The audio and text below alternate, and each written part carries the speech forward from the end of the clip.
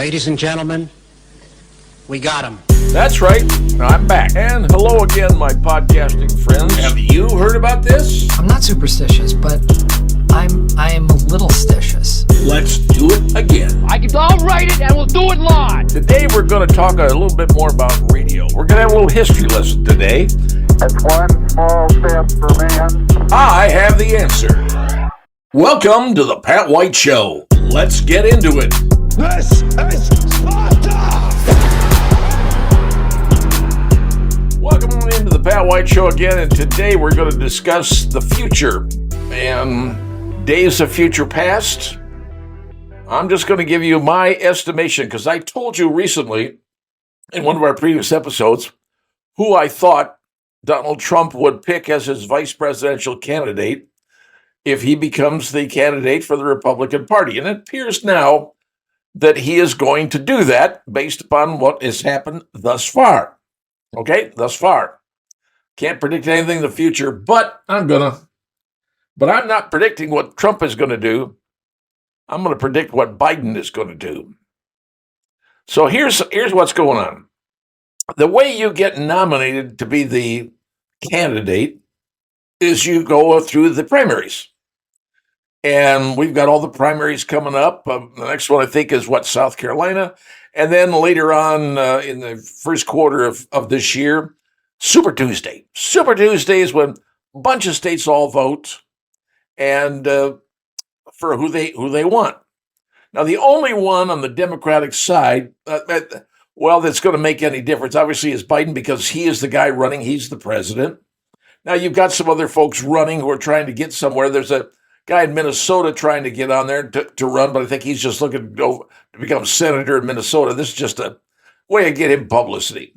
But Biden's got a deal going on where eventually he's going to have all the delegates that he needs to be nominated in the primaries. He's going to have the delegates that he needs. And that's fine.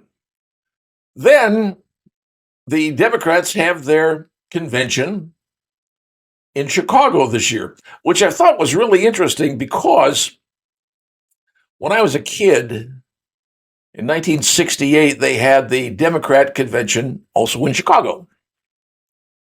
It turned into a riot. The young people, the SDS, the college kids, rioted in Chicago, and the mayor at the time was Richie Daley. He was out there. They were beating up the kids. I mean, it was an absolute mess for the Democrat convention in 1968 in Chicago. It was. If anybody who was alive and saw that, trust me, you know what I'm talking about. It was a zoo. So, but Democrats are going to have their convention. Now, normally, Biden would say, well, okay, but here's the problem. When it comes into the convention, the Democrats have one little thing, which is, I always thought was kind of strange. I don't know why they do this, but they have this. It's called their Superdelegates. In the Democratic Party, you talk about democracy. In the Democratic Party, 1/3 of their delegates are superdelegates, have immense amount of power, are not elected. They're not elected by anybody, but they control what's going on in these superdelegates. And these are people in the administration. These are former political people. These are certain governors. These are the hoity-toity people that are really, really tight with Biden, and they control what's going to happen at the convention. Superdelegates. Okay.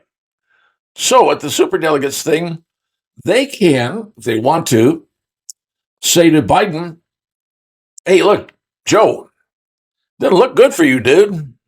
It looks like you got a problem. You're old. You got some cognizant dissonance going on here. You got dementia. You're an angry man, and we just don't. You think you're going to get your butt whipped, and the Democrats are going to lose the presidency, and we don't want that to happen. We want you to step down. See, because at the convention, he can do that because you got the superdelegates. And if Biden says, I'm releasing the delegates that I won, how many he would have, he releases those and said, I want you to go with the people who are the superdelegates who they want. And then the question comes down to who do you think that person would be? Well, here is wait for this. Here's the scuttlebutt who they think would be the person nominated to take Biden's position if he were to abdicate, step down, say, like LBJ did, I'm not going to run, I'm not going to accept the nomination. That happened, what was 60, was 69, I think it was? LBJ did this. He said, I'm not going to run. But would he step down if the superdelegates say, no, you're not going to win, we watch, it ain't going to work, Trump's going to beat you? But is Biden going to, is he really so angry that he's going to say no? No. Well, because he's got another bigger problem going on. His son Hunter, his family, all the money laundering accusations, money laundering, and certainly the paperwork shows that there was something going on. His brother and all these other folks, his son. I mean, there could be some bad stuff going on here. There could be a flat-out impeachment. I can't guarantee that. I don't know. But I'm just telling you, there's some ugly stuff going on, and it could come to a head at right around, the election time and all the other stuff going on. It could. So, who would they produce to take Biden's spot? You ready? Michelle Obama. Yeah, because Obama himself can't run again, but he was popular, elected twice, black president. Imagine Michelle being the first woman president who happens to be black and happens to be a Democrat.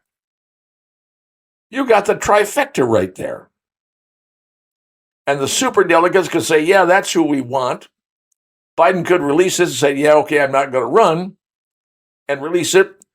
And Michelle would be coronated at the convention as the candidate running against Trump. Now imagine that. You got to take a look at our black population today. Well, people are changing. I mean, there's some people angry out there, but regardless of whose race you're in.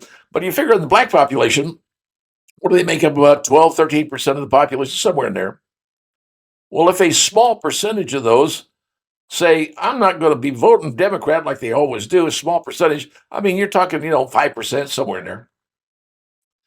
That total with everything else, they could vote for Trump.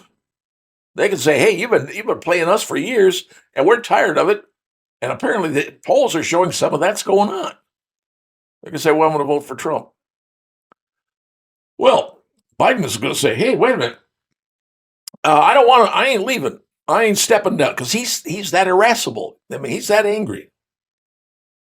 And they're going to say, hey, you got to step down. And but they might offer him a carrot. Here's the carrot. If Michelle Obama were to come in and take the position of the candidate for the Democrat Party, part of the deal is she would offer Biden amnesty. Yep. She, as president, if she were elected, she would say, okay, here's the deal, Joe. We're going to trade you. You let me in, you step down. I'll give you amnesty when I am elected. That might be the deal. And remember, back in 1976, I remember this, Jerry Ford pardoned Richard Nixon. Now, Jerry Ford did not get reelected, and obviously that's when we had a different president, Jimmy Carter, came in because America was mad that Gerald Ford, who was a good guy, by the way, Michigan, good guy. I mean, he was fine. I had no problem with him. He was a good guy, but he was voted out because Jimmy Carter came in and because people were angry at Jerry Ford because he pardoned Nixon. But Michelle Obama could come in and say, I'm pardoning Joe because he was a president. It's been done. It's been done. That's provided she wins.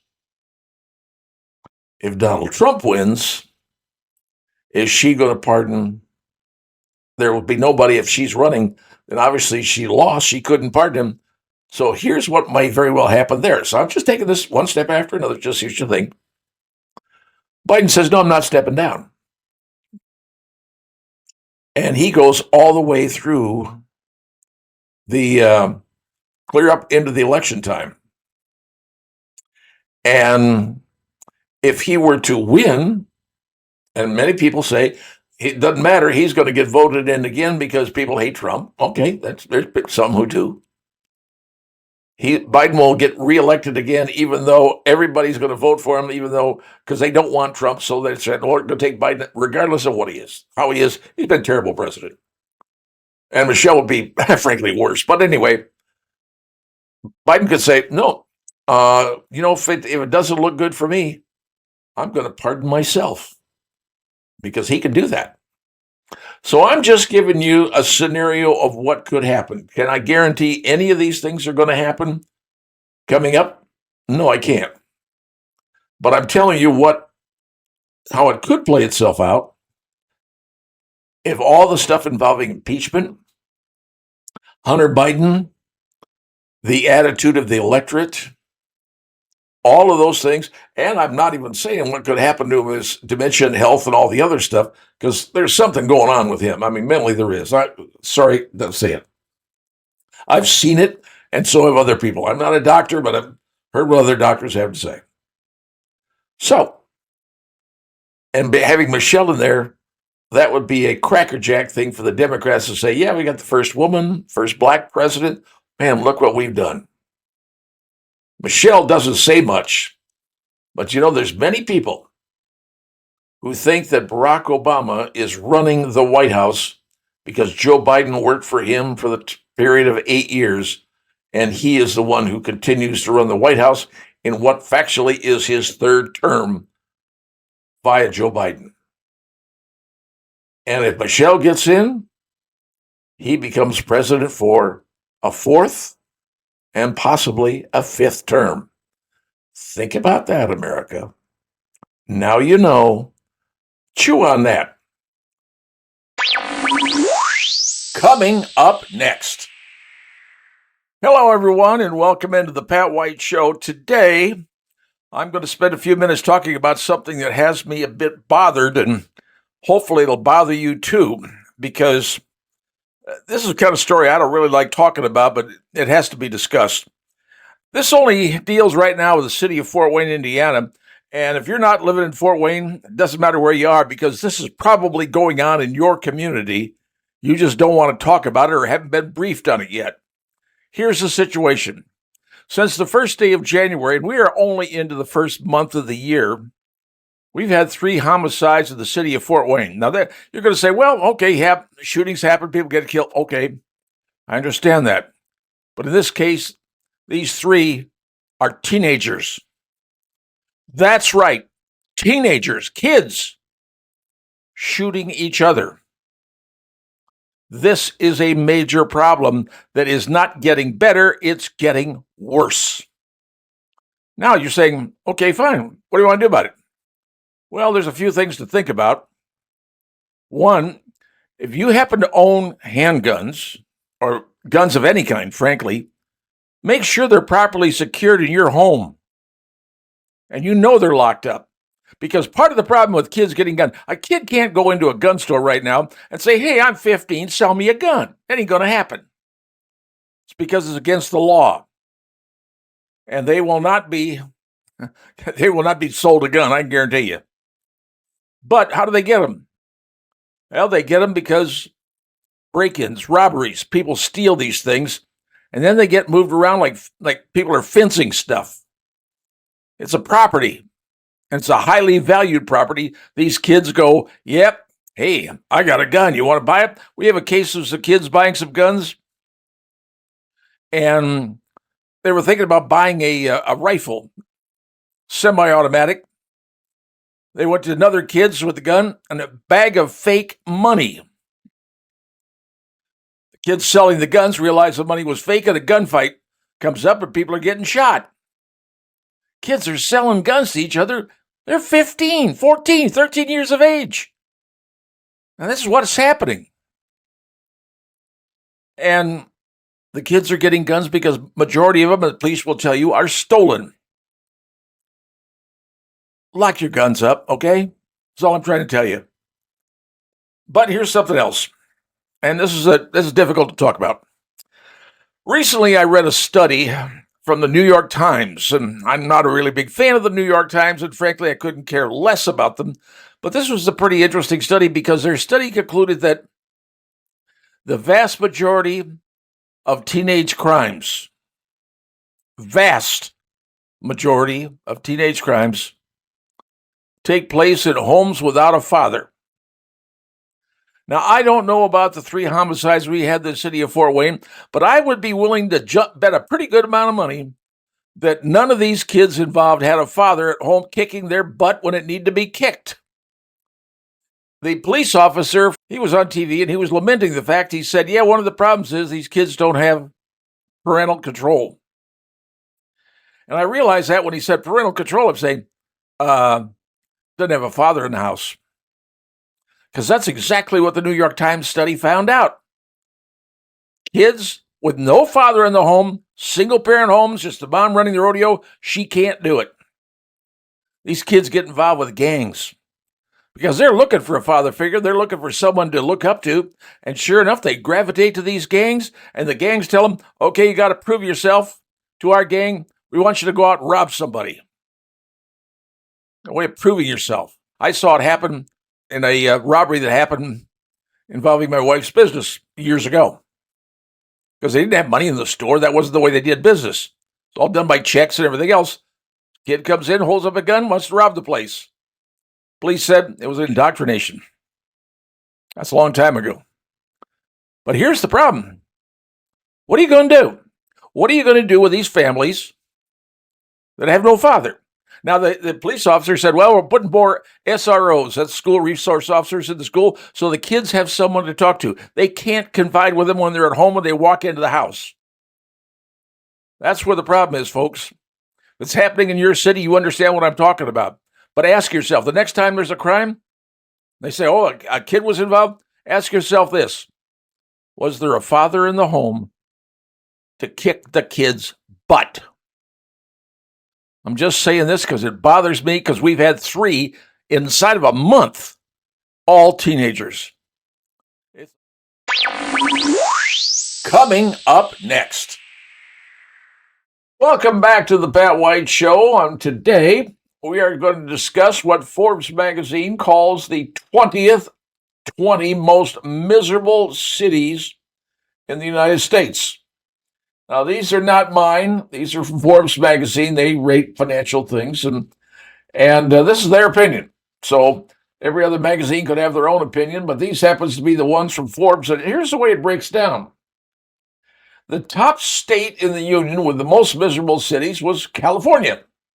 That's right. They had 6 of the 20.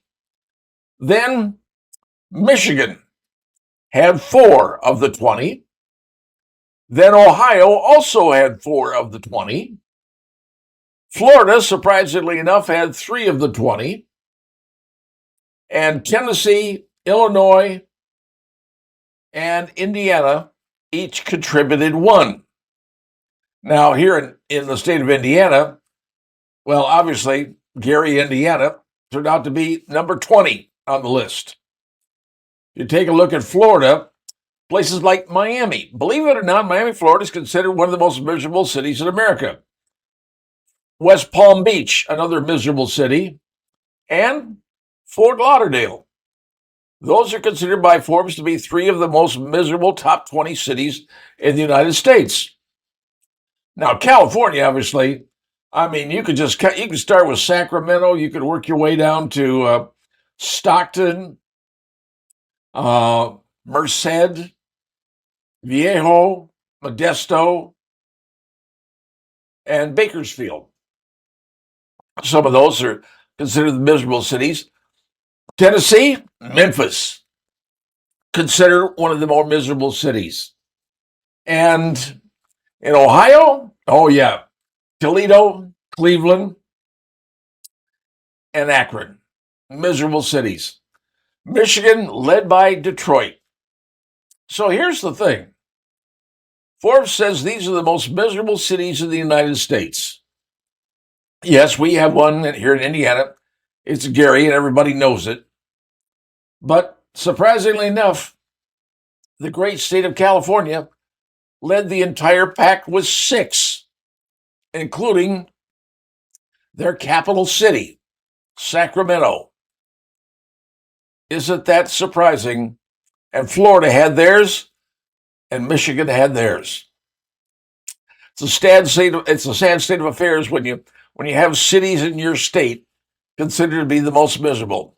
But in this case, Forbes may have hit the nail on the head. Coming up next. Hello, everyone, and welcome into today's edition of the Pat White Show, where we journey down the road of liberalization. I like that, liberalization. Let's take you back to the year 2020. Now, that was 4 years ago, thereabouts. The state of Oregon. Now, for those of you that don't know states, Oregon is located up in the northwest corner of the United States. Very lovely. It's green up there. I used to live in the state of Washington, which is right above it, being close to Canada. Well, the state of Oregon has got some beautiful places there. And, Portland, Oregon, with all the Antifa stuff and all the riots going on. Yeah, that's the same state.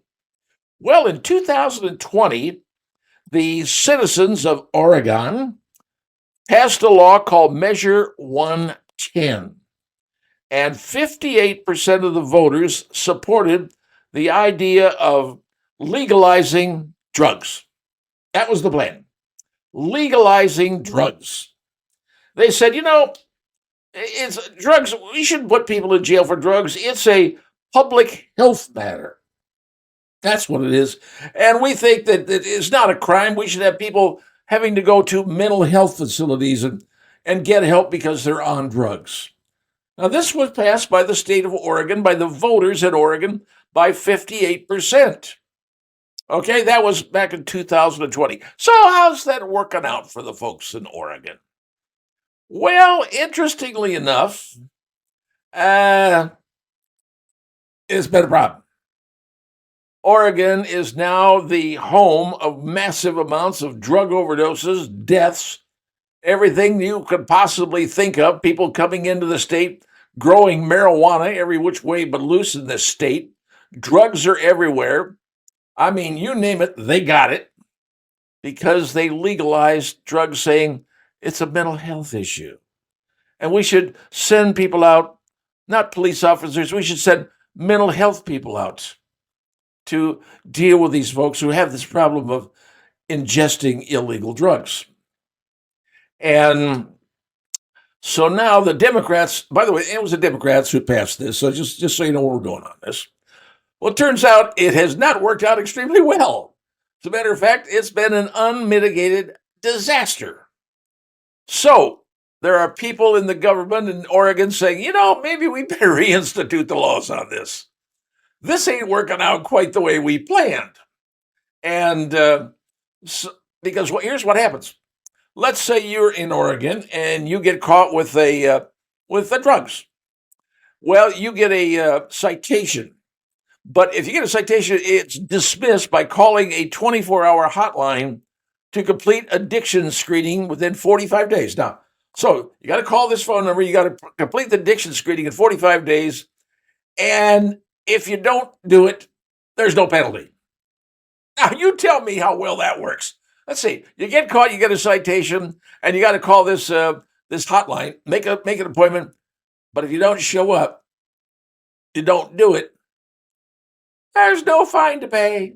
There's no problem. Welcome to Oregon.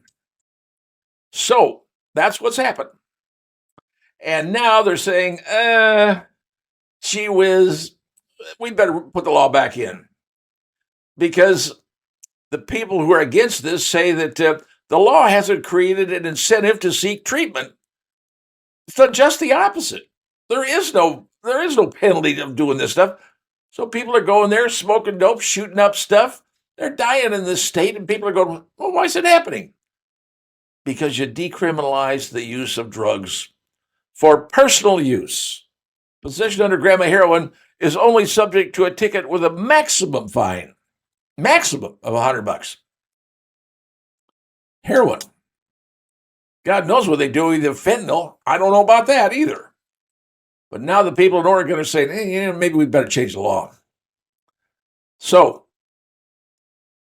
states that are deciding to legalize drugs, maybe, just maybe, they're figuring out that, it was a good idea in the beginning, but it didn't work out too well.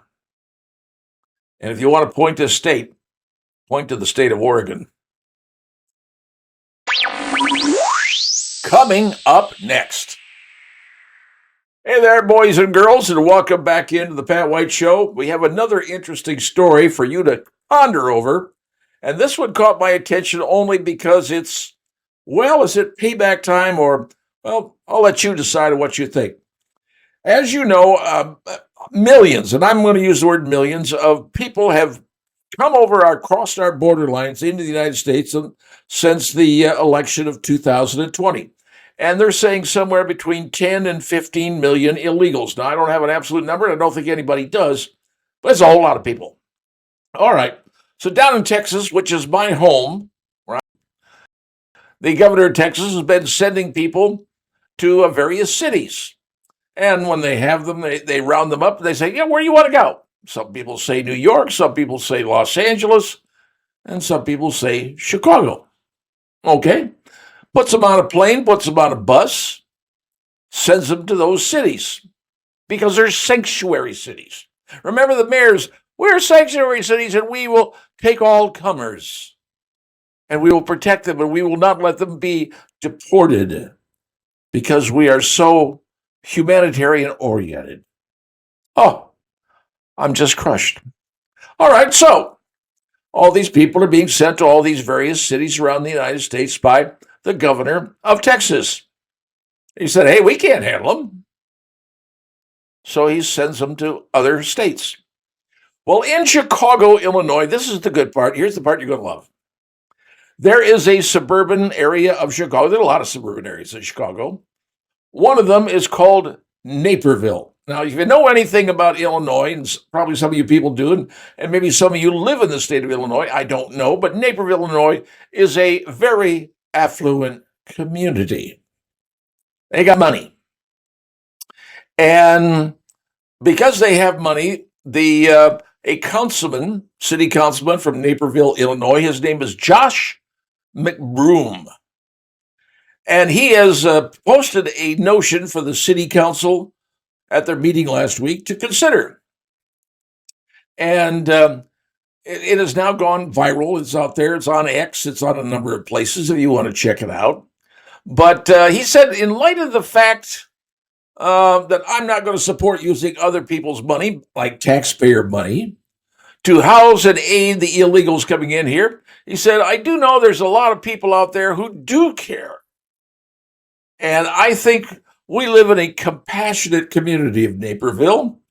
And before we go down that road, following the suit of other cities who are using taxpayer money, we should ask the residents of Naperville to see if they're willing to house these immigrants in the homes of the people who live in Naperville. Yes, the rich people in the gated communities. He said, yeah, I'll tell you what we're going to do. We are going to prepare a sign-up list, y'all. And folks in Naperville can sign up the list and say, yeah, we're willing to take some illegals into our gated community home. He said, there's so many people out there telling us, you got to do something. You got to help these people out. You got to be humanitarians. You got to do something to help these people out because they have nothing. So the city councilman said, okay, let's just have people sign the form saying, yeah, I'm willing to take illegals into my multi-thousand square foot home because I have so much extra room in my mansion that I'm more than happy to take people in. Well, it's interesting because now we're going to have to find out if the city council in Naperville is going to approve this motion and set this law into effect. I find it rather interesting that it's been proposed to say, okay, If you got so much humanitarian feelings in Naperville you want people to be taken care of, sign up to take them into your home. Let's wait and see how many people sign up on that sheet. Just something to think about, just something to review, to talk about people's humanitarian efforts in Naperville, Illinois. And you know what? I hope that doesn't happen in just Naperville.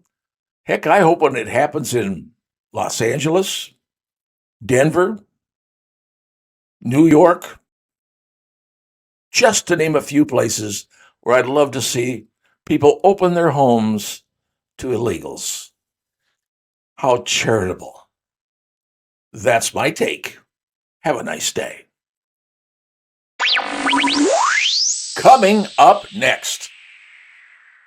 Hey there, boys and girls, and welcome back into the Pat White Show for another trip down to Celebrity Lane.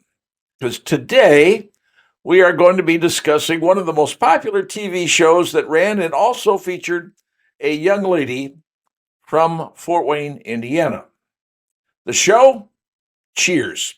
Now, I don't know how many of you had the opportunity to watch the Emmy Awards, and apparently only 4.3 million people out of 335 million people in America decided to watch the event. But how many of you had a chance to see, if you did watch the Emmys, did you see the skit they did involving the Cheers reunion? Remember the show Cheers? All the people in the bar in Boston, all the characters showed up, or at least a number of the characters showed up and did a recreation of the bar as part of a sequence in the Emmy show. Okay, well, one of the people that was missing was Shelley Long.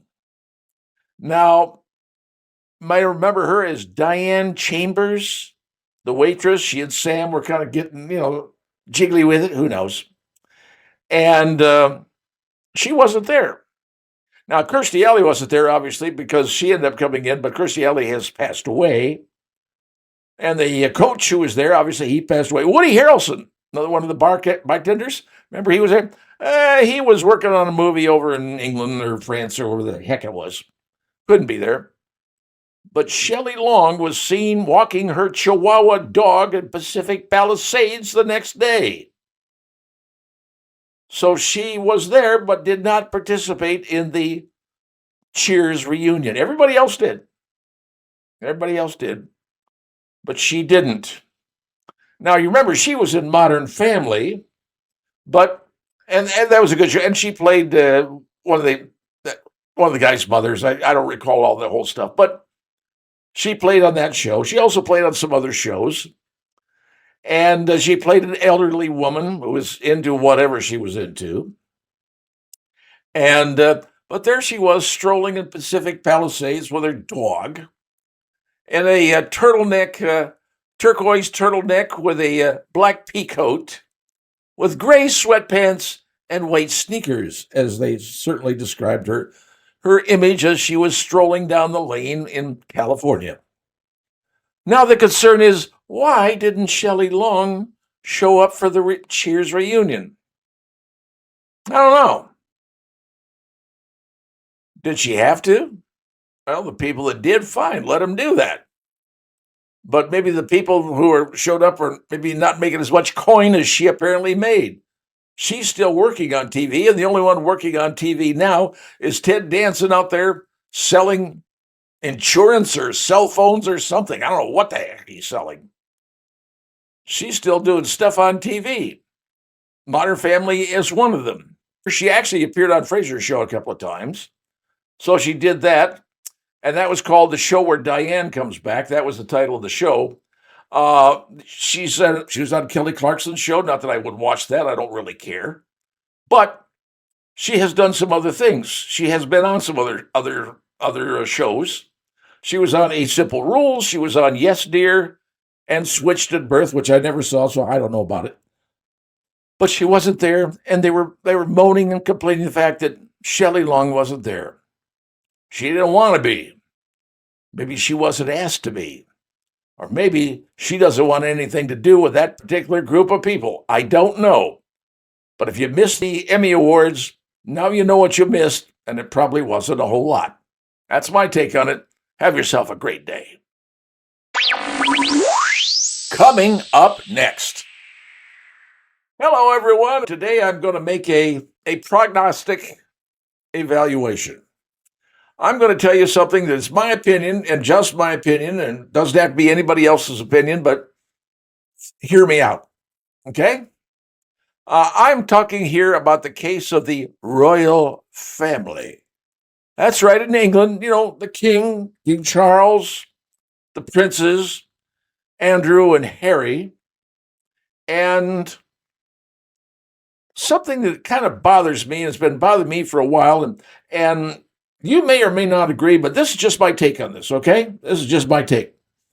The relationship between Prince Harry and the rest of the royal family obviously has not been good.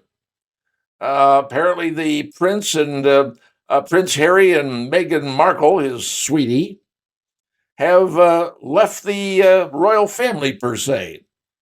They have just sort of excommunicated themselves, if you will. Moved to California, tried to make it big there, books, TVs, I don't know what they're doing, but that's not the point. I'm not worried about that. Something that bothered me about the whole thing, and I still haven't gotten over this, if you take a look at Prince Charles, okay, well, you take a look at Andrew. All right, let's take a look at Andrew. Prince Andrew, stately, strong-looking, love Kate, very lovely young lady. He is balding, right? I mean, let's be honest. He is losing the fuzz top, all right? Dark hair, stately, but balding. It happens. Apparently, it happens in the royal family. Something there in the genes of the family is causing people to lose their hair. And I think his dad was also balding, or at least considerably thinned out locks. Okay. And then there's Prince Harry. Prince Harry's got red hair, and he's got a whole lot of it. And I'm thinking to myself, hey, does anybody else in the royal family have red hair?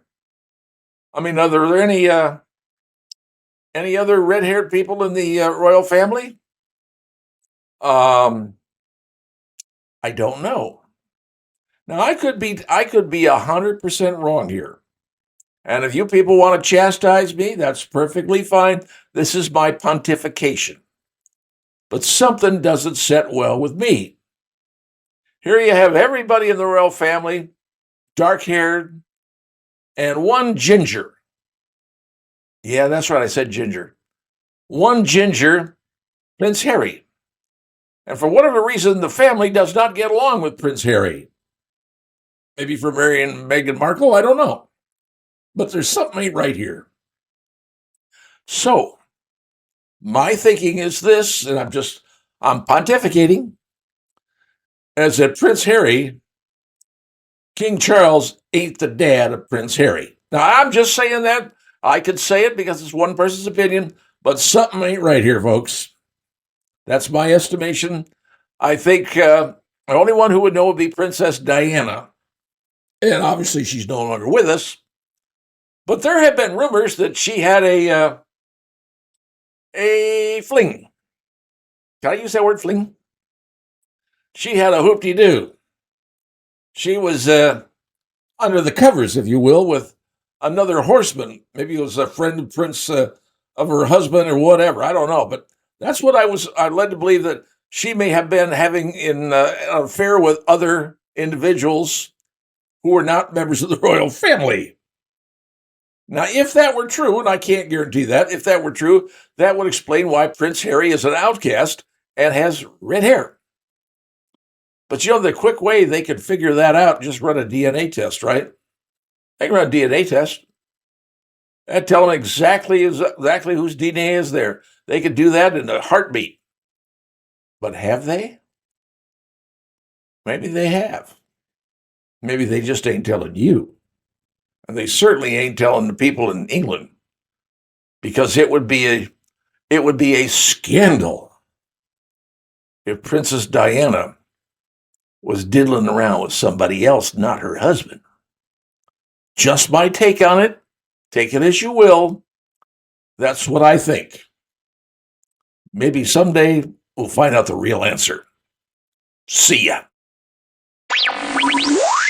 Coming up next.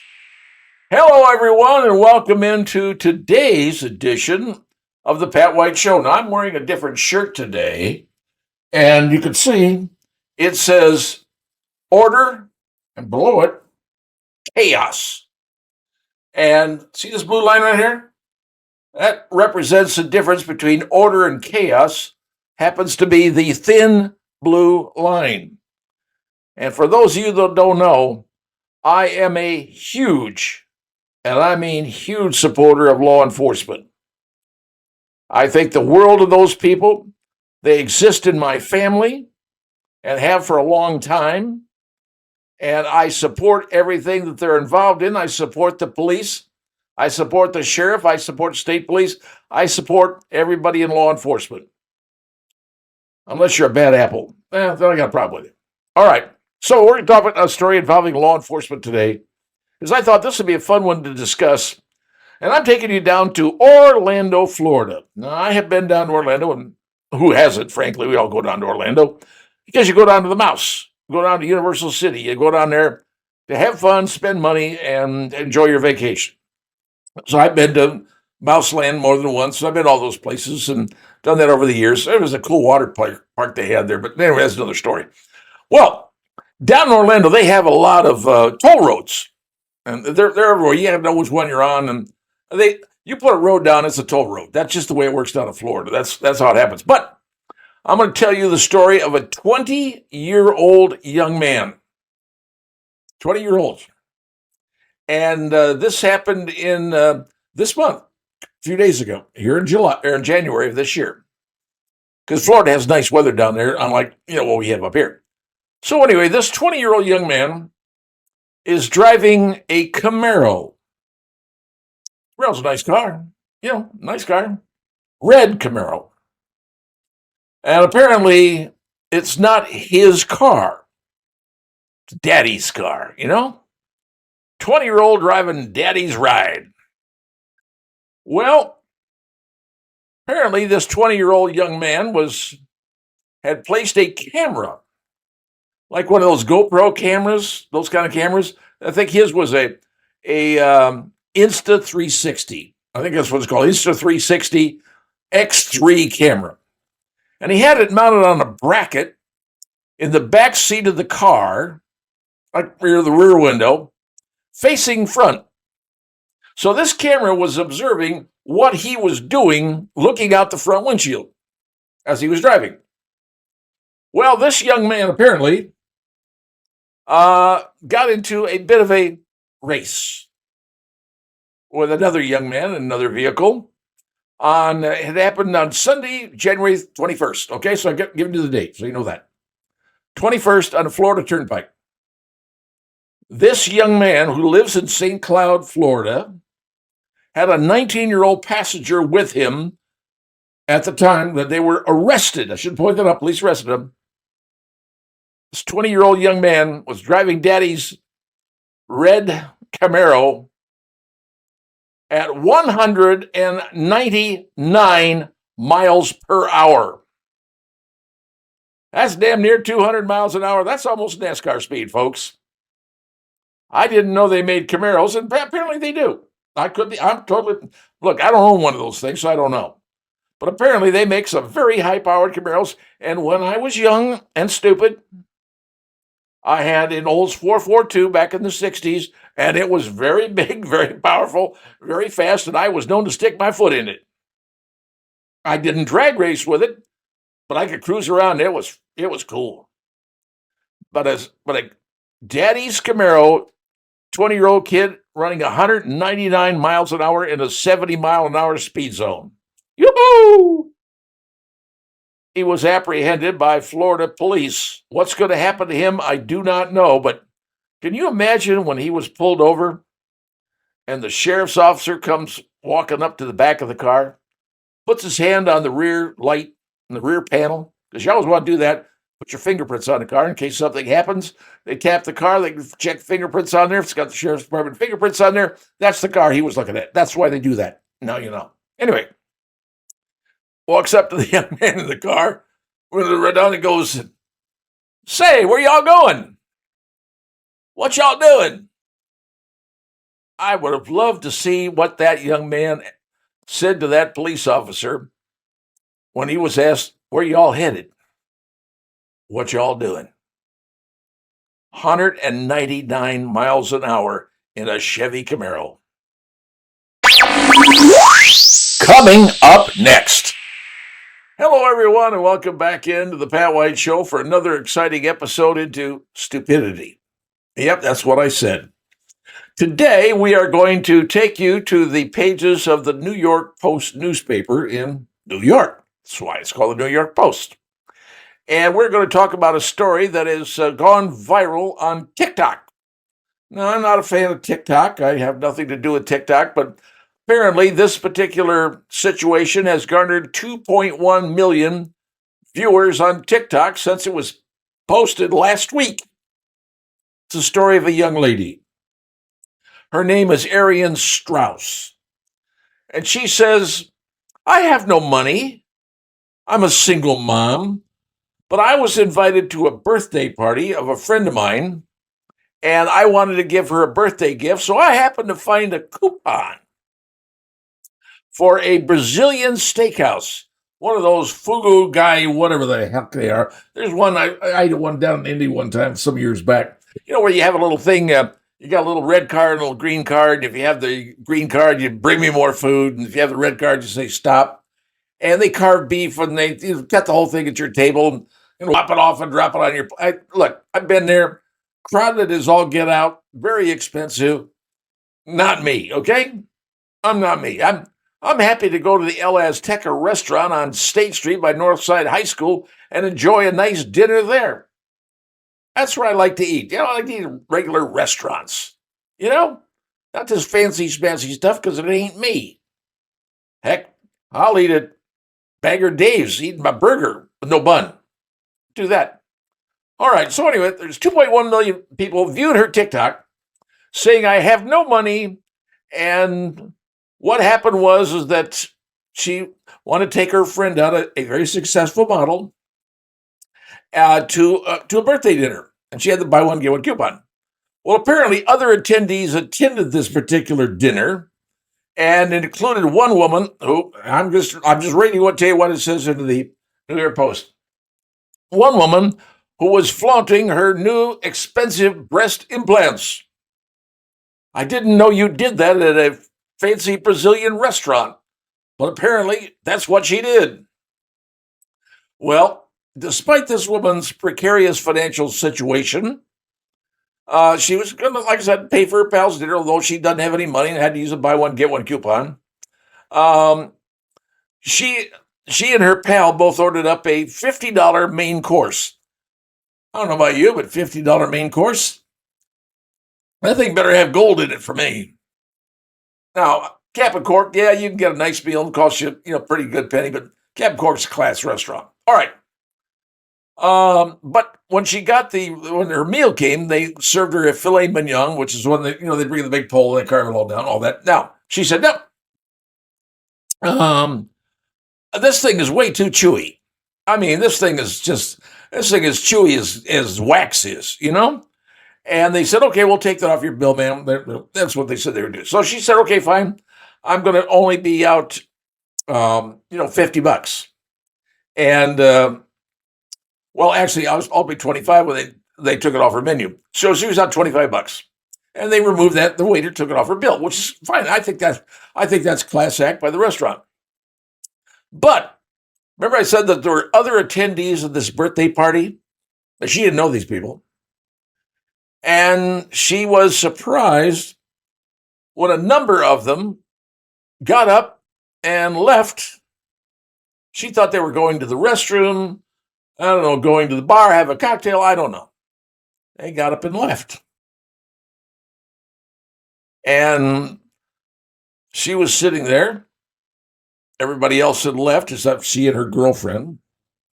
the successful model. Waiter comes in. Here's the bill, ladies.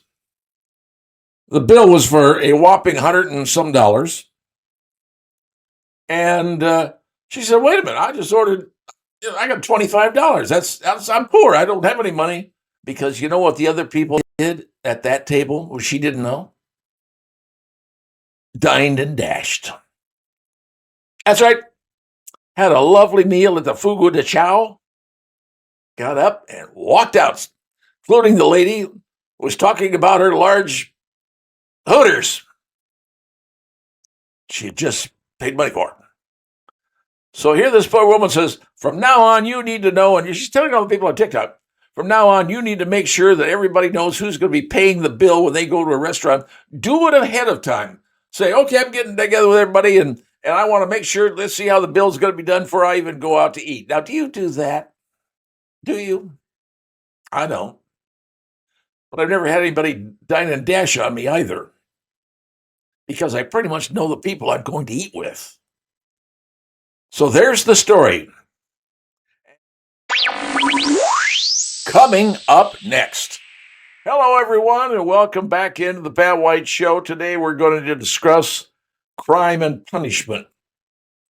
It's an interesting story. Now, I have told you guys I am a member of the NRA and have been. I'm a NRA certified range officer. I've got a lot of NRA stuff behind me, and I'm very, this is what I love doing because I'm an NRA shooter. And because of that, anything involving the NRA will catch my attention. Well, recently a trial is being held. It's been going on in New York City, essentially by Letitia Adams, I believe was her last name. And she is suing the National Rifle Association for fraud, for lack of a better term. And one of the people that had to testify at the case was none other than former Marine Lieutenant Colonel Oliver North. Now, Oliver North was, among other people, he was also the president of the NRA. He was not the chairman of the board, not the chairman of the organization. He was the president, which is, for the most part, it's a picture position. Like Charlton Heston was the president for a long time. And then Ollie North became president. Well, the problem is the lawsuit against the NRA for financial irregularities as a nonprofit. So the National Rifle Association was being sued. Well, Ollie North was the president, and he was pushed out of the organization as the president. Now, me as a member of the NRA, I'm going, what the heck is going on here? Because I wanted to know. Well, it turns out Ollie North wanted to have a independent review of some rather unusual expenses, including what he said was an astronomical amount of money spent on lawyers for the longtime chief executive, Wayne Lapierre. And on the stand, Lapierre said the lawyers, this is Wayne Lapierre, he says, lawyers, and I'm quoting here, the only reason I'm not going to spend the rest of my life in an orange jumpsuit is because of my lawyers. Well, that's what Ollie North told Manhattan courtroom. And, Ollie North, you remember the Iran-Contra scandal back in the 1980s in the Reagan administration. And he served with the NRA for less than a year before he resigned in 2019. He had a bitter dispute with Wayne Lapierre. Now, he was called to testify in this trial. It's a civil corruption trial. That's what it was, civil corruption trial. And it basically was focused on Wayne Lapierre spending millions of dollars for private jet flights, for yacht trips, for African hunting safaris, and a ton of extravagant perks. And Letitia James, the Attorney General of New York, the same one for, suing Trump. And she's investigating these nonprofits that are registered in the state of New York, and the NRA is. So, right when the trial started, Wayne Lapierre announced he was stepping down from the NRA at the end of this month. Okay. Well, the trial is going on, and calling up Ollie North. And North said on the stand, he said, we wanted to bring in a reputable outside independent audit to make sure the NRA would survive. But it turned into a mess. And apparently Wayne Lapierre wanted Ollie North off of being the president, off of anything to do with the NRA, and ultimately they did. But Lapierre basically said at the 2019 convention, the NRA convention, that Ollie North was seeking to oust him, Wayne Lapierre, by threatening to release damaging information to the NRA's board. That's what Lapierre said at the 2019 convention. Now, I've been to their conventions. They're actually, to me, kind of fun.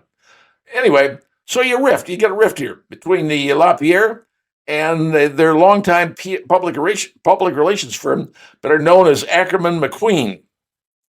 Well, they were the ones paying Ollie North $1 million salary as president. And North said, hey, look, that whole contract was drafted by Wayne Lapierre.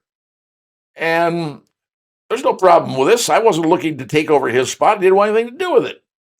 I just wanted the place cleaned up because I discovered that some people in there were spending all the money and basically destroying the organization. How's this going to end up? I don't know. Wayne Lapierre on trial. If there was nasty stuff going on and he was behind it, yes, I want to see the guy. I want to see the guy convicted, and whatever penalty they have to do, fine. But if he was using the NRA as his personal piggy bank to enrich himself, which resulted in the people like Lieutenant Colonel Ollie North leaving and being pushed out, then Katie bar the door.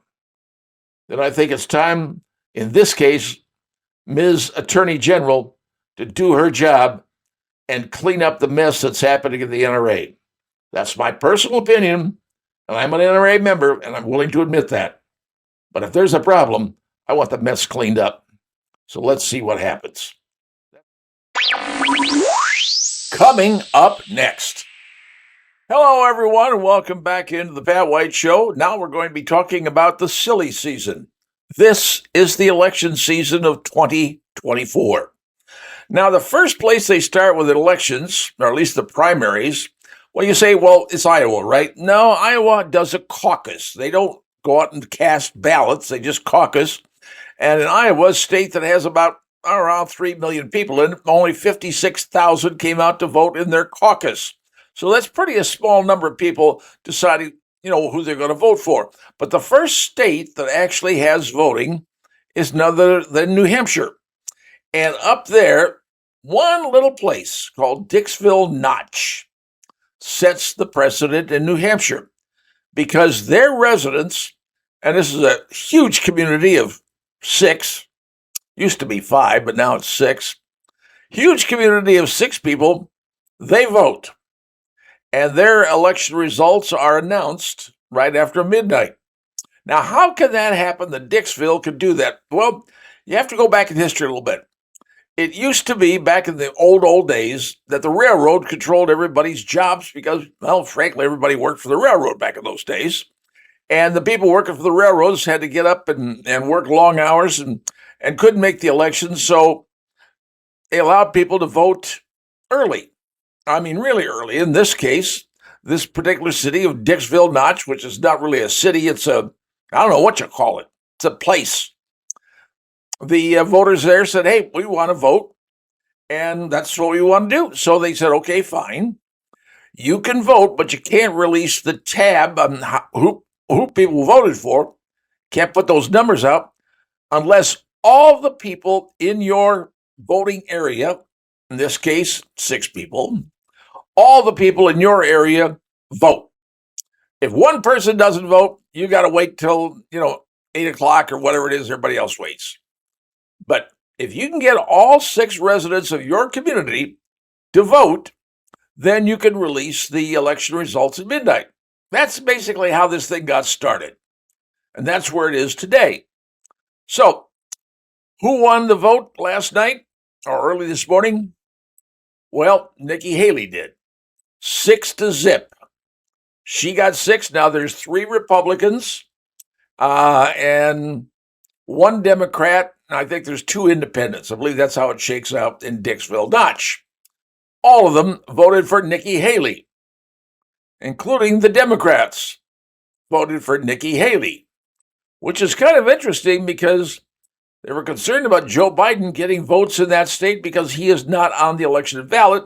The Democrats decided to shun New Hampshire because they wanted South Carolina to go first, and New Hampshire said, no, we ain't doing it. We're going to go first. That's where we always are, first in the nation. 6 votes for Haley, none for Donald Trump. Now, is that going to determine what the election is coming up? Well, let's stand back here a little bit. Let me go back about 4 years ago to 2020. You know who won Dixville Notch with 3 votes, write-in votes? Michael Bloomberg in 2020. That's right. He got 3 votes. The other votes went to Bernie Sanders and John Kasich. And that was in 2016. So you had Michael Bloomberg in 2020, and 2016 you had Bernie Sanders and John Kasich. They picked up the most votes. So does those 6 votes, 5 votes, whatever it is, happen? That's 6 votes now. Does those 6 votes determine how the entire state is going to go? No. Do they determine how the entire nation is going to go? No, they don't. There's just a little strange little pocket of people that were able to, by law, to get their elections counted early, provided every single person in that municipality votes. If someone says, I ain't voting, they can't do it. But that's kind of the quirk that exists in New Hampshire. So now you know how the election works in little Dixville Notch, New Hampshire. A small thing, but it's something for you to keep in mind as we go down silly season in the year 2024. Coming up next. Hello and welcome back into the Pat White Show. We're going to discuss cell phones, TikTok. 2 things that kind of go together, and we'll discuss how that works involving young folks, the kids out there today with their cell phones, their schools, and TikTok. Well, here's the deal. A school in North Carolina, a middle school, I believe it's called Southern Alamance Middle School in Graham, North Carolina, has decided to remove all the mirrors from the children's restrooms. Now you're saying, what? Removing the mirrors from the kids' restrooms? Why? Simple. The kids have been going into the restrooms and taking out their cell phones and pointing at the mirrors, doing videos. That's right. TikTok videos. Now, as you know, TikTok has become a real hot spot involving who owns it. Say it's owned by China, and they're doing bad stuff into their application, and then people say, well, we want to outlaw it. Well, state of Montana tried to outlaw TikTok. The court said, sorry, can't do that. That's called First Amendment violation, freedom of speech, because that's what TikTok is, frankly. Now, here's the bigger thing. The kids going into the restrooms and videotape themselves doing TikTok videos is becoming a big thing, not just in North Carolina, but it's a big thing everywhere. As a matter of fact, schools are now requiring kids to lock up their cell phones when they enter school grounds. Yep, lock up their cell phones. And from what I understand, the Fort Wayne Community School Board is looking at the same sort of situation.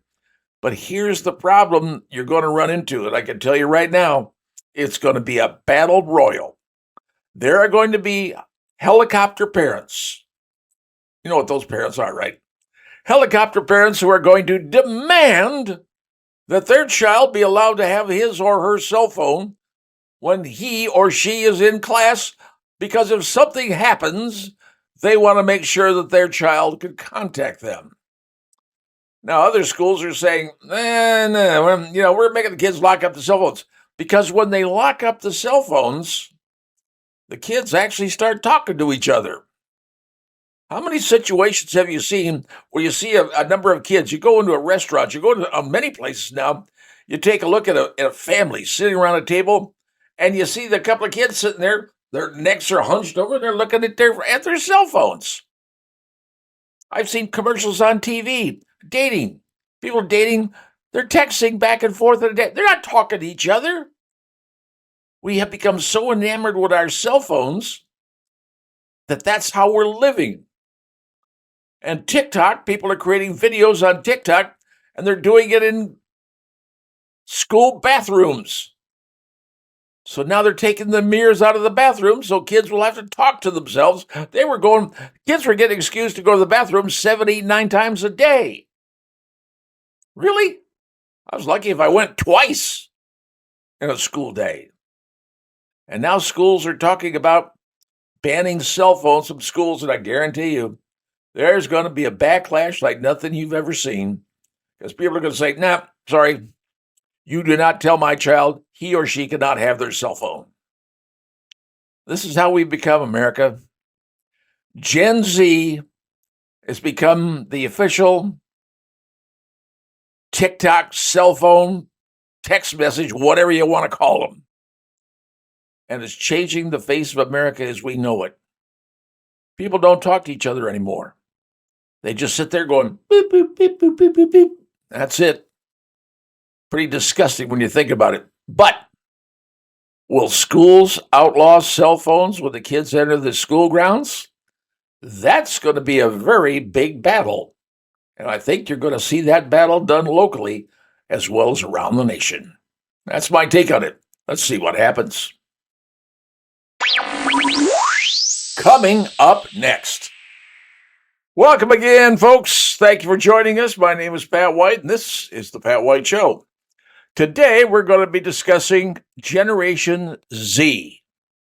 Now, I'm not a member of Generation Z. My kids are not members of Generation Z. And probably most of you people listening right now are also not a member of Generation Z. But some of the folks in Generation Z are blaming us for everything else happening in the world. One lady is named Caitlin, I believe it is. Generation Z individual. She works at a Walmart. And she is complaining about the fact, she says, hey, everybody's been pitching a fit against Generation Z because we don't want to work 9 to 5 for the rest of our lives. Well, you know what, ma'am? We've all been working 9 to 5 for all of our generations. And I'm a baby boomer, all right? You got the baby boomers, you got the Gen X, you got all the millennials out there, Generation Z, whomever they are. But she's complaining, she says, we don't want to work 9 to 5 for the rest of our lives, and we're blaming you older people for making this happen. She says, 20 years ago, she could work 9 to 5 at the Walmart, and she could live on what she was getting, and everything would be fine. She says, now I can't hardly pay my bills because I'm not getting paid enough. I'm not earning enough, and things cost so much more money. And to a degree, she has a bit of a point. And the reason I say that is because if you take a look at the value of a house, if you look at a house from some years ago, I was back in, let's go back to 2003, okay? In 2003, in the third quarter, the price of houses, the average price of a house in 2003 third quarter sold for $191,900. Now, that's, in my world, a lot of money. But in the third quarter of 2023, so you figure, that's 20 years later, the average selling price of a house was $431,000. So it went from $191,900 to $431,000. That's a 125% increase over 20 years. She's making a point. Everything costs a whole lot more now than it did back 20 years ago, and it's the fault of you old people. You're the ones who created this mess. But are we? Are we the ones who created this problem?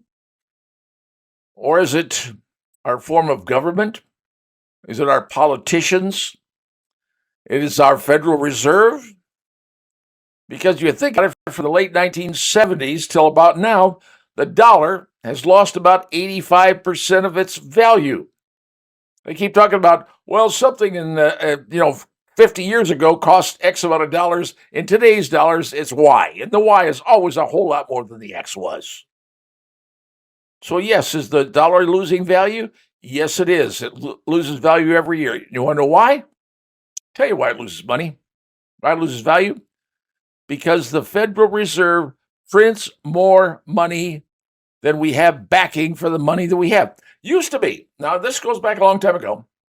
Used to be America was on a thing called the gold standard. You had gold, what it was worth. You could print money to value that. You got gold certificates, silver certificates. They were worth actually that in gold or that in silver. Today, it's just a note you get from the Federal Reserve saying, yeah, this note's good. And we live by that. We do. But unfortunately, every time the Federal Reserve prints more money that we don't have, it doesn't exist. It puts more money into circulation, and it makes what you have worth less. Right now, America is what, 30-some trillion dollars in debt? And we just print more money. Just, okay, let's print some more money, put some more money in circulation. And every time you do that, you don't have any backing for that money. Guess what? That dollar is going to be worth less than it was prior to them printing the extra dollars. It's been going on that way since the 1970s. Are we to blame? Yes, we allow our government to do that because we want stuff from the government. And the government says, okay, we'll give it to you. Feed them bread and circus, folks. That's all you got to do to keep them under control. So yes, are we to blame? Somewhat, yes, I would say we are. She can't afford to live because what she's being paid now, she can't cover the cost of things that exist in today's world. 20 years ago, she could afford to live by herself. Today, she can't. Why? Because we are printing more money, putting that money into circulation than we have backing for that money. Multi-trillions of dollars of debt. America is very close to going bankrupt. If that happens, and when that happens, I don't know. But Generation Z is correct. Things cost a lot more than they did 20 years ago because our government is spending money that it doesn't have. You keep that up, this country is going to go bankrupt. Just my take. See ya. Coming up next. Hello and welcome to today's edition of the Pat White Show. Today we're going to be discussing The Wizard of Oz. Now you're going, wait a minute, that's a movie from what, 1939? Why are we discussing that? What does that have to do with the world? Well, interesting little story about a gentleman by the name of Terry John Martin. 76 years of age, just keep that in mind. Mr. Martin is a lifetime gangsta. That's right. Spent a lot of time in the Gray Bar Hotel. And for whatever reason, Mr. Martin believed that remember the red slippers that Dorothy wore in The Wizard of Oz? You click the slippers together, you go back to Kansas. Well, that movie, when that was filmed, they had 4 pairs of those slippers. Turns out that Mr. Martin decided to break into Dorothy's home, Judy Garland. She was Dorothy. Broke into her mansion in 2005 and stole a pair of the red slippers she had in her home, thinking because they were insured for $1 million, they had to be festooned with rubies. That's why they're red. He said, yeah, I'm going to make a score on this thing. I'm going to make it big. I got these things insured for $1 million. I snatched them babies. I'm home free for the final boost of my life, man. I'm going to have the dollars there. I'm going to be fine. So he takes the ruby slippers to a fence, because that's what criminals do. When they steal something, they want to get rid of it pretty quickly because they don't want to keep it around because it's hot. They want to find a fence to fence it. They get the money. They got the money. then the product goes wherever the fence takes it to. Who knows? It's out of his hands. He didn't have to worry anymore. So Mr. Martin takes his to a fence, and the fence looks it over and goes, these ain't rubies. This is just Hollywood beads, man. These things ain't worth a zip. He said, wait a minute, they're insured for $1 million. That's because somebody thought they were valuable just because of they were the ruby slippers from the movie. So he gets busted. Mr. Martin gets busted, goes to court. And his attorney says, Your Honor, my client's been a good guy since he got out of jail years ago. And heck, he got caught up in this and just wanted to make one last little heist. Be set for life. That's all he wanted to do. He just wanted to get a final score to keep himself solvent for the rest of his life. And so they're saying, Your Honor, we don't want to put this man into jail. His life expectancy apparently is less than 6 months because he's got to be on oxygen 100% of the time. So whatever's wrong with him, he's deteriorating fast. And even the prosecution said to the judge, as well as the defense attorney, Your Honor, don't put this guy in jail. No sense in doing that. He's too old. He's going to die anyway in a few months. It's just going to cost the state a whole lot more money. And they just want him sentenced to time served rather than putting him back into prison. They say, well, his poor health, that's why they don't want to do that. This guy's in bad shape. So, Your Honor, the guy thought he was making the last hit. He was just wanted to take care of himself. Because he's a criminal. That's what they do. They steal stuff. Well, so Mr. Martin is at the hands of the judge what the judge decides to do. What are they going to do? Well, who knows? But those ruby red slippers may be insured for $1 million, but they're fake. And Judy Garland knows it, and so does everybody else in Hollywood except one criminal who thought they were festooned with red rubies. Stupidity runs supreme. See ya. Coming up next. Hello and welcome back into the Pat White Show, and today we are going to be talking about cars. Yes, car talk today. And it revolves around two brands of cars, Kia and Hyundai. The years between 2011 and 2021 for Kias, and 2015 and to 2021 for Hyundais. Okay, you got the years right? 2011, 2021 for a Kia, and 2015 to 2021 for a Hyundai. Now, why do I tell you that? Why do I say that's important? Well, apparently, there is a video on TikTok. That's right, the TikTok video that was put down there a number of years ago. I think it happened in 2021.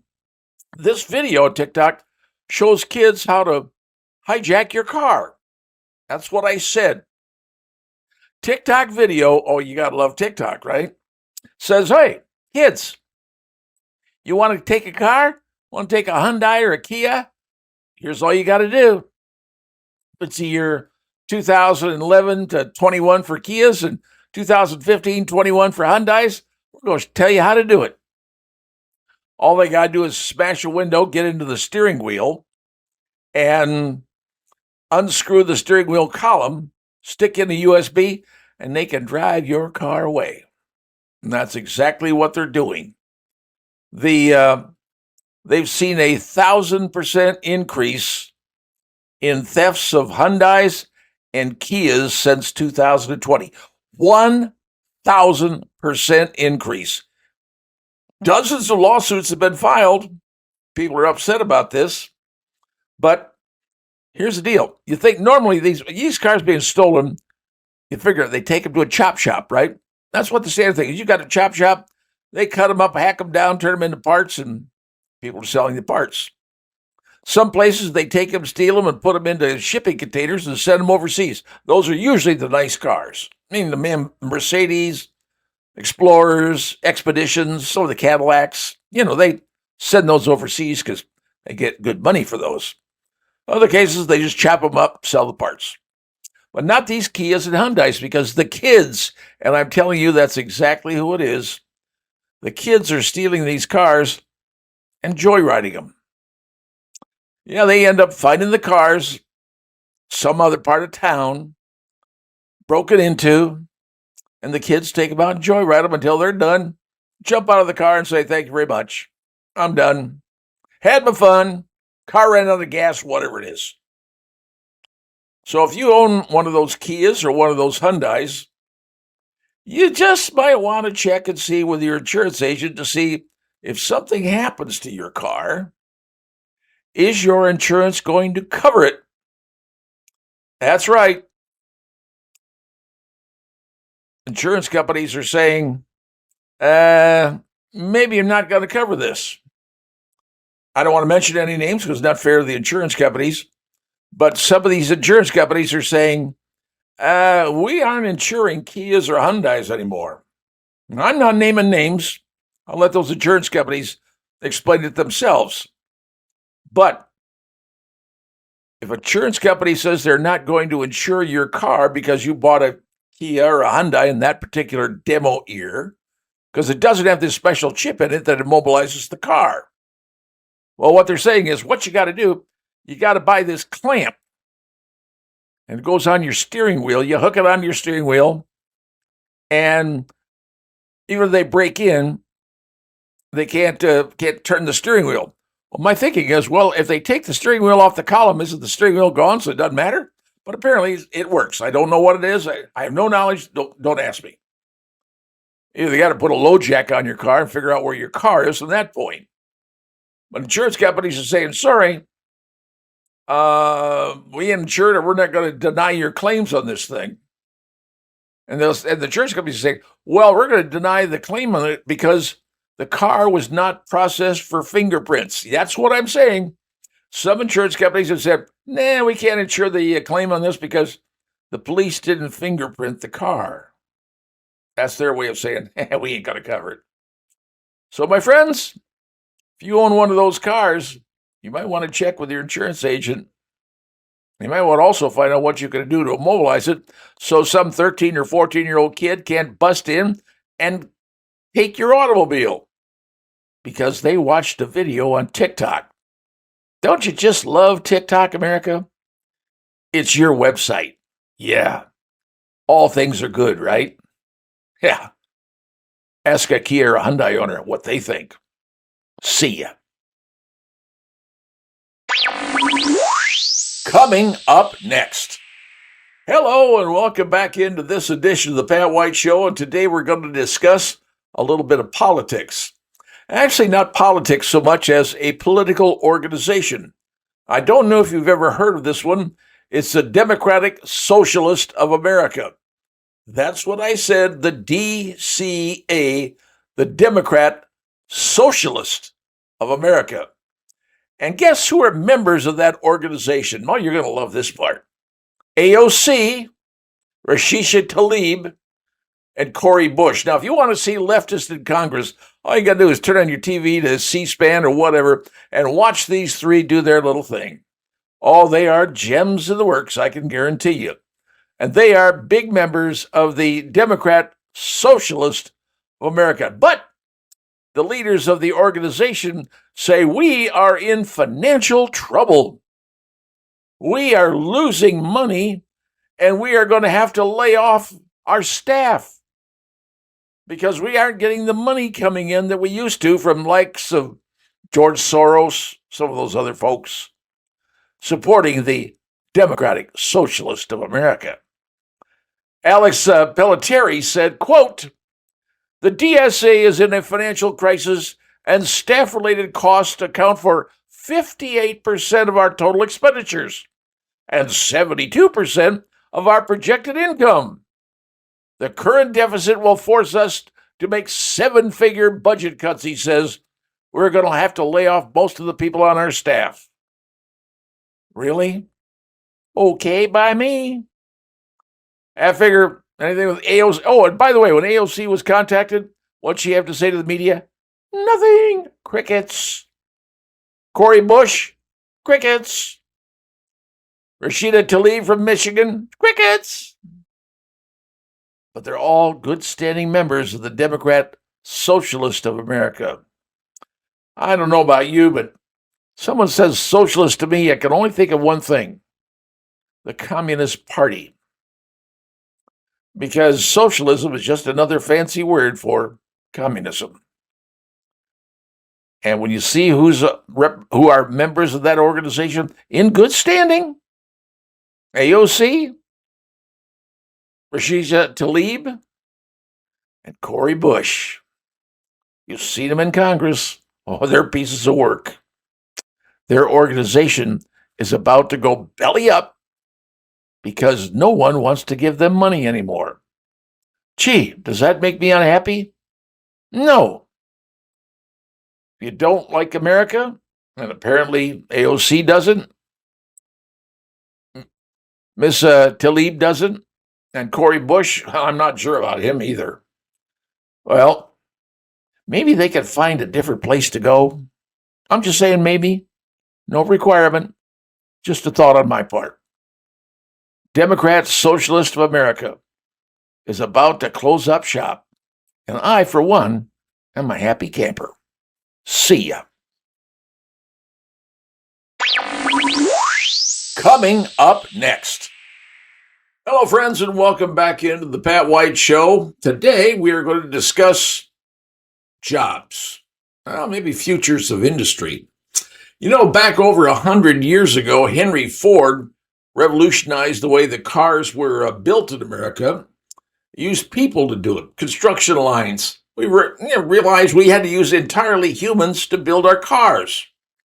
Well, the days of people and machines working together is starting to change, and it's starting to change in a big way because automakers are starting to shift the balance from machines and people working together to just machines.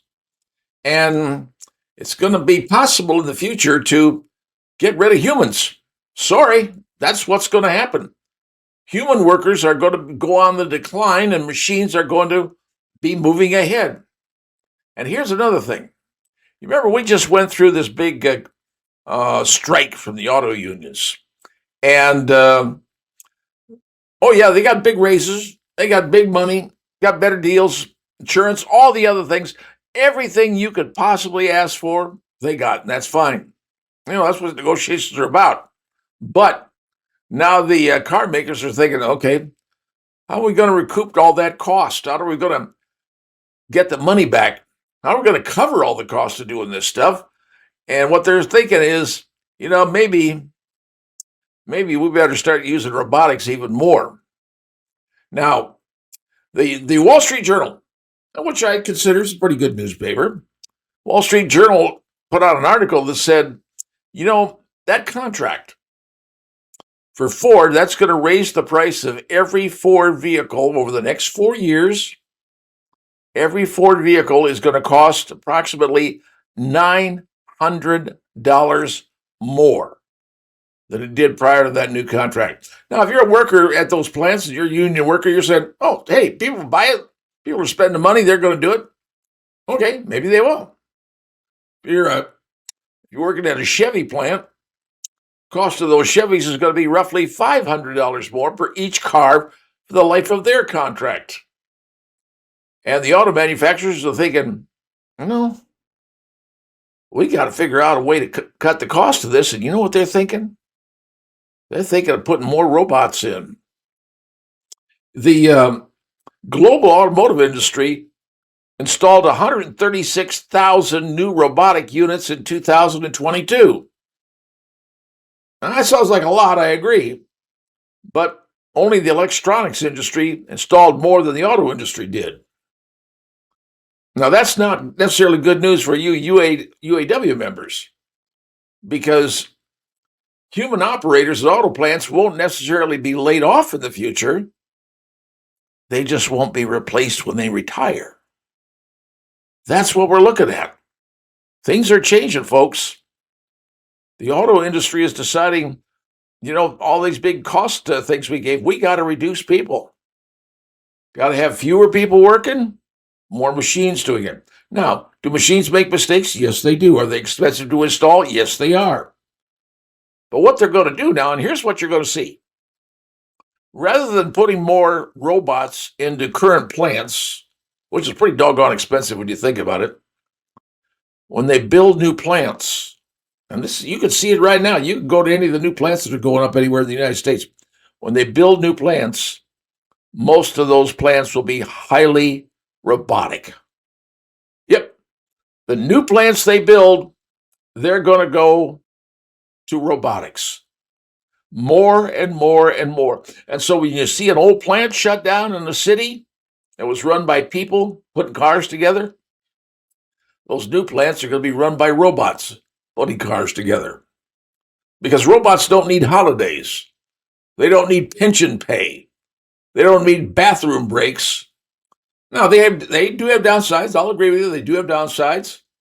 They're expensive to buy. You got to have people to write the programs to make them work. I get that. And they can cause some quality problems in the beginning when they're first getting started. Now, all that's going to happen. But I'm telling you right now, that new contract that the members got for themselves, great. You guys did good. But they're going to start eliminating your jobs. New plants will be mostly robotic. And, yep, that's what's happening. We bring it on ourselves for what we do. So, fortunately, you got a great deal, got a great package, but there are going to be few of you around, fewer and fewer every year, because machines are going to build the cars of tomorrow. Sad state of affairs, but that's the way it is.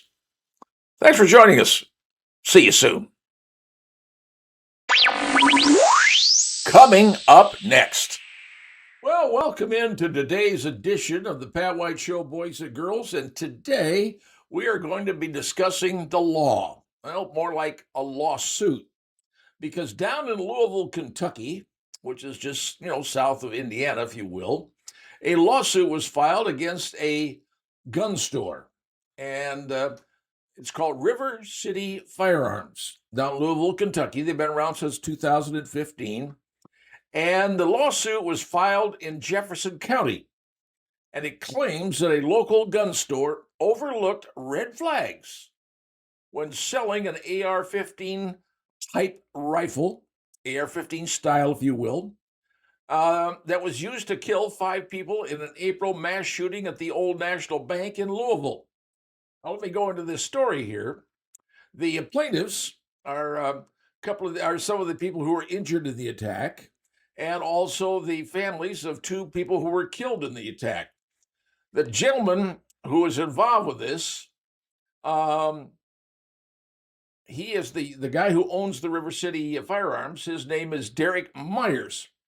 Now, here's the deal. They have filed a lawsuit against this firearms, saying that they were negligent in selling this gun to this gentleman and should have realized he was going to go out and commit a heinous crime. And obviously he did.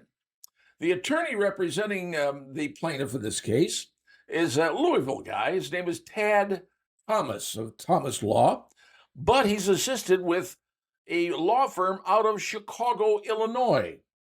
Now, that law firm is Romanucci, of Antonio Romanucci of Romanucci and Blandon out of Chicago, and Alla Lefkowitz from a national group called Everytown Law. And they represent people that are trying to sue gun stores, gun places. That's what they're doing, okay? But this Romanucci and Blandon, they are the same attorneys who are representing the victims down in Uvalde, Texas, and that shooting that happened down there.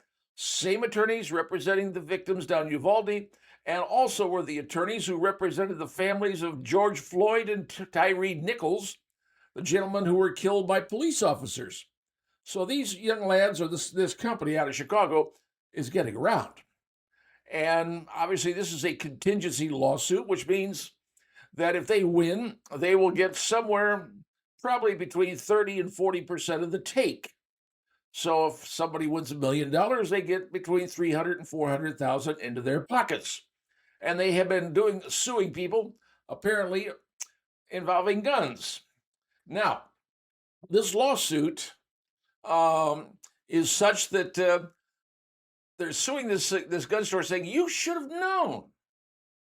You should have known that this guy was going to commit this crime. Well, back in 2005, President Bush signed a law called the Protection of Lawful Commerce in the Farms Act, and it gave the gun industry immunity if their guns were used in a crime. And in Kentucky, they had a similar law, but that was struck down. And the court said, hey, federal law takes jurisdiction over this, and it does. Now, the one exception to this law, this is what they're suing on, one exception in these laws says that anything involving negligence on the part of the seller. And that's what the suit is all about. They're saying it's negligent. And according to the lawyers, they said, well, this is based on the information that we got from the police files. That's where we got them. We're not suing the gun manufacturer. We thought about it, but no, we're going after the gun store. And what they're saying is that a gentleman by the name of Connor Sturgeon, he's 25, he was 25 years old, and he was an old national employee. And he went and bought this gun a week or so prior to the shooting. And what they're saying was when he went into the gun store employee should have realized that he shouldn't be owning a gun. But he told them, here's what Mr. Sturgeon told the people at the gun store. He said, hey, you know, my neighbor just got a burglary and I'm looking for a gun to protect myself if the burglars try to hit my house. And one of the patrons who was at the gun store, a lady, she said, oh, this guy looked really sorrowful. He looked something was wrong with him and he shouldn't be buying a gun. Well, he bought the AR. He bought 3 magazines, 30-round magazines, which are common in ARs, by the way. That's the common magazine you get with an AR. But the attorneys are saying, no, a AR-type gun is not the right gun for people to have in their homes. Now, you can argue that. Some people would say a pistol. Some people would say a shotgun. I'm not here to argue that. That's not the point. The point is they're suing this gun store because they should have realized this guy was going to go in and shoot up a bank. And they should have known that. Well, if they get away with this, they could go to every gun store in the United States or that somebody does something stupid and say, you should have known. You should have known that person was going to use that gun. No offense, but here's something to think about. A gun store cannot sell a gun to anyone unless the federal government approves the sale. Now, you got to think this thing through for a second. You got to fill out a form. Everybody has to fill out this form. It's a federal form, and I have to fill it out every time I go buy one. It's a federal form you have to fill out, and then the gun manufacturers contact the FBI offices who run a check on that individual to make sure they are okay to buy the gun. So the federal government approves the gun sale. They're the ultimate decision maker whether the person gets the gun or not. So shouldn't the federal government be sued? I mean, if you're going to say, well, the federal government allowed this guy to buy a gun. Gun store people are not, clairvoyants. They can't say, well, this person's going to go out and shoot somebody because of the way they act when they went into the gun store. I mean, the guy said, hey, I want to get an AR-15 for home defense. Now, there are people that say that's not the right gun for it, and you can argue that. I'm not here to argue that. But I'm here to tell you, this is the lawsuit that's being done by a law firm that specializes in gun events. This is their bag. And they're telling people, no, we're going to sue this. Because gun store people aren't clairvoyant enough to understand somebody's going to do something with a gun. That, folks, has me astounded. But remember, the federal government is the final decision maker. If you want to buy a gun at any gun store in the United States, the federal government is the final decider. They make the decision, not the gun store. Just something to ponder. And thanks for listening. See ya.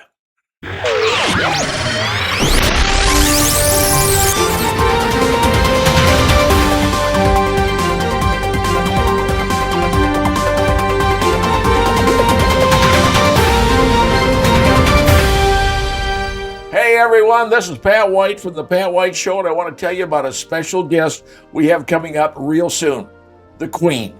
That's right, Queen Diane is going to join us on The Pat White Show to discuss past, what we did, some of the guests we had, some of the fun stuff that we enjoyed over the years when we were broadcasting at 50,000 watt WOWO. If you have a question for us on a particular show, what we did, just drop us a line at patwhiteshow@gmail.com.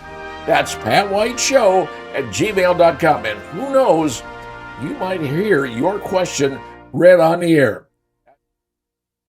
Well, that does it for today's edition of the Pat White Show. Thanks for tuning in, and make sure to follow us on social media for the latest Pat White Show for all the news and updates. And stay tuned for brand new episodes of the Pat White Show coming real soon. Like what you're hearing? Make sure you don't miss an episode by following the Pat White Show on Spotify. Just search for the Pat White Show, hit follow, and get ready for insightful conversations delivered straight to your Spotify feed. If you enjoy watching podcasts as much as listening to them, good news! The Pat White Show is also on YouTube.